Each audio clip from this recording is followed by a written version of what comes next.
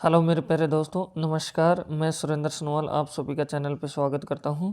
तो आज दोस्तों अपन देख रहे हैं कि माध्यमिक शिक्षा बोर्ड राजस्थान अजमेर के द्वारा जो अपनी गवर्नमेंट साइट के ऊपर मॉडल पेपर डला हुआ है, देख सकते हैं 2024 विषय राजनीतिक विज्ञान मतलब पॉलिटिकल साइंस कक्षा 12 के लिए है। 80 नंबर का पेपर होगा। 3 घंटे 15 मिनट का आपको समय मिलने वाला है। तो दोस्तों वीडियो में बने रहें आप। मैं पूरी इस पेपर के आंसर की आपको बताने वाला हूँ, तो वीडियो में आप बने रहें। तो सबसे पहले दोस्तों चलते हैं सेक्शन ए के अंदर, जिसमें फर्स्ट क्वेश्चन आ रहा है और ये हिंदी और इंग्लिश दोनों में दिया जा रहा है। जैसे कि फर्स्ट क्वेश्चन के अंदर फर्स्ट क्वेश्चन है जो ये हिंदी में और ये आपके सामने इंग्लिश में। तो इंग्लिश मीडियम वाले बच्चे भी देख सकते हैं और हिंदी मीडियम वाले बच्चे भी देख सकते हैं। तो जैसा कि आपको दिया हुआ है कि रूस की क्रांति कब हुई, तो रूस की क्रांति आपकी हुई थी 1917 में। कब हुई थी? 1917 में। अब चलते हैं दोस्तों नेक्स्ट क्वेश्चन पे। तो सेकंड क्वेश्चन में आपको दे रखा है कि यूरोपीय संघ की स्थापना की गई। तो यूरोपीय संघ की स्थापना की गई थी 1992 के अंदर। थर्ड क्वेश्चन में दे रखा है कि दक्षिणी एशिया में सबसे बड़ा देश है। तो दक्षिणी एशिया में सबसे बड़ा देश भारत है। फिर चौथे क्वेश्चन में संयुक्त राष्ट्र दिवस मनाया जाता है। तो संयुक्त राष्ट्र दिवस कब मनाया जाता है? तो सभी को पता रहना चाहिए, ये है 24 अक्टूबर को मनाया जाता है। तो चलो दोस्तों नेक्स्ट क्वेश्चन पे। तो पांचवा क्वेश्चन आपके सामने आ रहा है, जिसमें दिया जा रहा है, देखो, जैविक हथियार संधि कब हुई? तो जैविक हथियार संधि कब हुई थी? तो इसका आंसर है 1972। ऐसे छठा क्वेश्चन, अवन कॉमन फ्यूचर शीर्षक बर्टलैंड रिपोर्ट प्रकाशित हुई। तो ये रिपोर्ट कब प्रकाशित हुई? तो इसका जो आंसर आएगा ये आएगा आपका 1987 के अंदर। चलो दोस्तों अब चलते हैं नेक्स्ट क्वेश्चन पे। तो अब सातवां क्वेश्चन आ जाता है। तो इसमें दे रखा है वर्ल्ड सोशल फोरम की प्रथम बैठक हुई। तो वर्ल्ड सोशल फोरम की प्रथम बैठक कब हुई? तो इसकी प्रथम बैठक हुई थी 2001 में। ऐसे आठवां क्वेश्चन, शिमला समझौता कब हुआ? तो शिमला समझौता कब हुआ? तो ये कोई पूछ ले तो ये हुआ था 1972 में। अब चलो दोस्तों नेक्स्ट क्वेश्चन पे। तो अब आता है अपने पास में नेक्स्ट क्वेश्चन 90 नंबर का, जिसमें दे रखा है भारत के किस राज्य में सर्वप्रथम गैर कांग्रेसी सरकार का गठन हुआ? तो इसका आंसर आएगा आपका द केरल में। किस में हुआ था? केरल में। ऐसे 10वां क्वेश्चन, नीति आयोग की स्थापना की गई। तो नीति आयोग की स्थापना आपकी 2015 में की गई है। फिर 11वें क्वेश्चन में है भारत पाक के मध्य कारगिल संघर्ष हुआ। तो ये कब हुआ था ये संघर्ष आपका? तो इसमें आएगा 1999 के अंदर। अब चलते हैं दोस्तों 12वें नंबर का क्वेश्चन। 12वें क्वेश्चन में है गरीबी हटाओ का नारा किसने दिया? तो ये गरीबी हटाओ का नारा किसने दिया था? तो ये दिया था दोस्तों इंदिरा गांधी ने। 13वां क्वेश्चन आता है पेरियार के नाम से किसे जाना जाता है? तो पेरियार के नाम से किसे जाना जाता है? तो ये जाना जाता है किसको? ईवी रामा स्वामी नायकर को। अब चलते हैं दोस्तों नेक्स्ट क्वेश्चन पे। तो नेक्स्ट क्वेश्चन में दे रखा है दोस्तों मंडल आयोग के अध्यक्ष थे। मंडल आयोग के अध्यक्ष कौन थे? तो मंडल आयोग के अध्यक्ष थे बिंदेश्वरी प्रसाद। ऐसे 15 क्वेश्चन, पंजाबी भाषा की साहित्यिक पत्रिका नागमणि का संपादन करता है। तो इसका जो आंसर आएगा दोस्तों ये होगा आपका ब अमृता प्रीतम। इस तरह से फर्स्ट क्वेश्चन अपने पास में कंप्लीट हो जाता है दोस्तों। तो अब चलो दूसरे क्वेश्चन में। दूसरे क्वेश्चन में सभी रिक्त स्थान के क्वेश्चन है, आप देख सकते हैं। तो इनको भरना अपन को आना चाहिए। तो बोला जा रहा है 1998 में भारत ने रिक्त स्थान में परमाणु परीक्षण किया। तो कहाँ परमाणु परीक्षण किया था? तो ये किया था दोस्तों पोखरण में। ध्यान से सुनना एक एक क्वेश्चन के आंसर।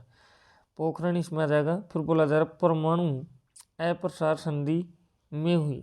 कब हुई थी ये? तो ये हुई थी 1968 में। ठीक है। फिर इसमें थर्ड में दिया जा रहा है चिले में नामक मूल निवासी रहते हैं। तो इसका जो आंसर आएगा थर्ड का मापुसे। क्या आएगा? मापुसे।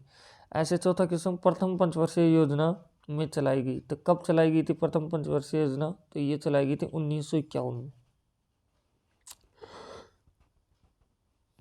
1951 इसका आंसर हो जाएगा दोस्तों। अब चलो दोस्तों 5वें क्वेश्चन में, जहां बोला जा रहा है जवाहरलाल नेहरू ने राजनीतिक उत्तराधिकारी थे। जवाहरलाल नेहरू के राजनीतिक उत्तराधिकारी थे, कौन थे? तो ये थे लाल बहादुर शास्त्री। फिर यहाँ से 6वां क्वेश्चन, ऑपरेशन ब्लू स्टार का संबंध राज्य से है। तो ऑपरेशन ब्लू स्टार का किस राज्य से संबंध है? तो ये पंजाब से है। फिर 7वां क्वेश्चन, सप्तदलीय गठबंधन का संबंध देश से है। तो किस देश से है ये? नेपाल से है। किससे होगा? नेपाल से होगा। ऐसे दोस्तों दूसरा क्वेश्चन भी अपना कंप्लीट हो जाता है। अगर दोस्तों चैनल पर फर्स्ट टाइम में विजिट कर रहे हैं तो आप चैनल को सब्सक्राइब करें, बेल आइकन प्रेस करें और अपने दोस्तों के पास शेयर भी करें। मैंने बाकी वीडियो भी अपलोड कर दिए हैं सभी पेपरों के, अगर उनको नहीं देखा है तो उनको भी आप जा कर के देख सकते हैं। अब चलो दोस्तों थर्ड क्वेश्चन में दे रखा अति लघु उत्तरात्मक प्रश्न है ना, एक शब्द या एक पंक्ति में उत्तर देना है। तो फर्स्ट क्वेश्चन में क्या है देखो, तो फर्स्ट क्वेश्चन में दिया जाए बर्लिन की दीवार किसका प्रतीक थी? बर्लिन की दीवार किसका प्रतीक थी? तो इसका आंसर होगा शीत युद्ध की। किसकी थी? शीत युद्ध की थी, है ना। अब इसमें दूसरे में लिट्टे का पूरा नाम लिखिए। तो लिट्टे का पूरा नाम होता है, सुनो ध्यान से, लिबरेशन टाइगर्स ऑफ तमिल इलम, ये लिट्टे का पूरा नाम है। थर्ड में दे रखा सुरक्षा का बुनियादी अर्थ क्या है? तो सुरक्षा का बुनियादी अर्थ क्या है? तो ये भी आप ध्यान से सुने। तो इसका अर्थ है खतरे से आज़ादी। क्या आंसर होगा? खतरे से आज़ादी। ऐसे चौथा क्वेश्चन, भारत में नए आर्थिक सुधारों की शुरुआत कब हुई? तो नए आर्थिक सुधारों की शुरुआत हुई थी 1991 से। अब चलो दोस्तों 5वें क्वेश्चन में, जिसमें आपको दे रखा है साझी संपदा से आप क्या समझते हैं? तो साझी संपदा से क्या समझते हैं? तो इसका आंसर सुनो ध्यान से, जिन संसाधनों पर एक व्यक्ति की बजाय पूरे समुदाय का अधिकार हो उसे साझी समता कहा जाता है। फिर 6ठे क्वेश्चन, भारत चीन युद्ध कब हुआ? तो भारत चीन का युद्ध हुआ था 1962 में। कब हुआ? 1962 में। फिर दिया जा रहा है नियोजन से आप क्या समझते हैं? तो नियोजन से आप क्या समझते हैं? तो इसका आंसर सुनो, नियोजन कार्य करने से पहले सोचना तथा अनुमानों के स्थान पर तथ्यों को ध्यान में रखकर काम करता है। ऐसे 8वां क्वेश्चन आता है, आया राम गया राम जुमले का संबंध किससे है? तो इसका आंसर होगा कांग्रेस के हरियाणा राज्य के एक विधायक गया लाल के दल बदल से संबंधित है। लाल के दल बदल से संबंधित है। 9वां क्वेश्चन है, आंसू का पूरा नाम क्या है? आंसू का पूरा नाम क्या है? तो आंसू का पूरा नाम है all Assam student union. All Assam student union पूरा नाम होगा।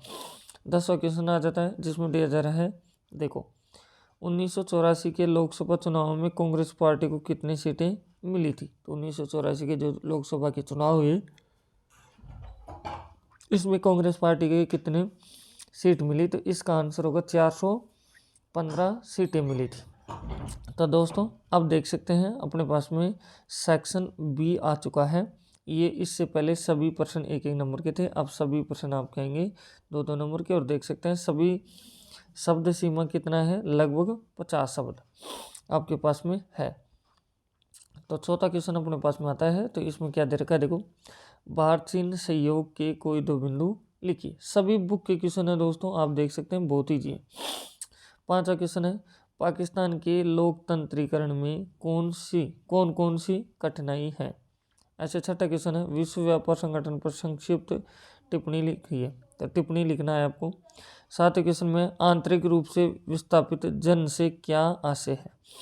ऐसे 8वां क्वेश्चन है, प्रथम पृथ्वी सम्मेलन कब हुआ तथा इसका मुख्य उद्देश्य क्या था? ये भी आपको बताना है। ऐसे 9वां क्वेश्चन आपके सामने आ जाता है दोस्तों। तो इसमें आपको बोला जा रहा है देखो, नेहरू विदेश नीति के संचालन को स्वतंत्रता का एक अनिवार्य संकेतक क्यों मानते हैं? कोई दो कारण लिखिए। ऐसे 10वां क्वेश्चन आपके सामने आता है, तो इसमें भी आप देखेंगे। और इसमें बोला जा रहा है मेल कीजिए। जैसे बोला जा रहा है चरण सिंह किससे है, ऐसे किसान से है। ऐसे वर्गीज कुरियन किससे है, तो इनमें से लिखें। ऐसे पीसी महाल नोबिस किससे है, तो ये भी लिखें। फिर जवाहरलाल नेहरू किससे है, तो ये भी आप लिखें। तो इस तरह से अपन को इनके मेल करवाना है एक दूसरे से, ठीक है। अब आ रहा है अपने पास में 11 क्वेश्चन। 11 क्वेश्चन में गैर कांग्रेसवाद से आप क्या समझते हैं, है ना। और सभी प्रश्न 2-2 नंबर के चल रहे हैं। फिर 12 क्वेश्चन में मार्च 1974 में बिहार के छात्रों द्वारा सरकार के खिलाफ एक आंदोलन की शुरुआत की। छात्रों द्वारा यह आंदोलन क्यों चलाया गया, कारण स्पष्ट कीजिए या करें। फिर 13 क्वेश्चन में आनंदपुर साहिब प्रस्ताव के विवादास्पद होने के क्या कारण थे, कोई 2 कारणों को लेके लिखना है दोस्तों।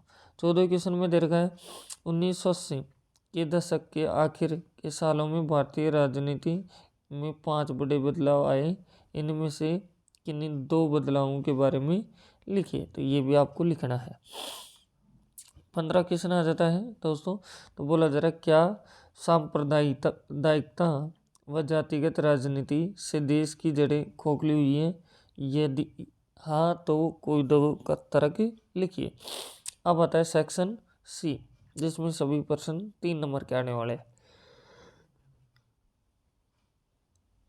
और अथवा में हर क्वेश्चन के अथवा में दिया रहेगा। अथवा का मतलब बताएं या तो ऊपर वाला करते हैं या नीचे वाला, दोनों में से एक करना रहता है जो आपको बहुत अच्छे से आता है। बोला जा रहा है विश्व राजनीति में यूरोपीय संघ की भूमिका पर टिप्पणी लिखिए। ये नहीं आ रहा था, आप ये भी कर सकते हैं। दक्षिण पूर्व एशियाई राष्ट्रों का संगठन पर टिप्पणी लिखिए। अब चलते हैं दोस्तों 17 क्वेश्चन में। 17 क्वेश्चन में आपको दे रखा है, देखो ध्यान से। एक ध्रुवीय विश्व में संयुक्त राष्ट्र संघ की भूमिका का उल्लेख कीजिए। ये नहीं आ रहा था, आप ये करें। संयुक्त राष्ट्र संघ के विकास कम एवं उसकी स्थापना का वर्णन कीजिए। 18 क्वेश्चन में है, क्या आपको मतानुसार आज़ादी के समय तक कांग्रेस एक सतरंगी सामाजिक संगठन की शक्ल अख्तियार कर चुकी थी, यदि हाँ तो तर्क दीजिए। ये नहीं आ रहा था, इसका अथवा का ये भी पढ़ के देख ले, ये भी आप कर सकते हैं। तो 19वें क्वेश्चन में क्या है, 19वां क्वेश्चन देखिए आप।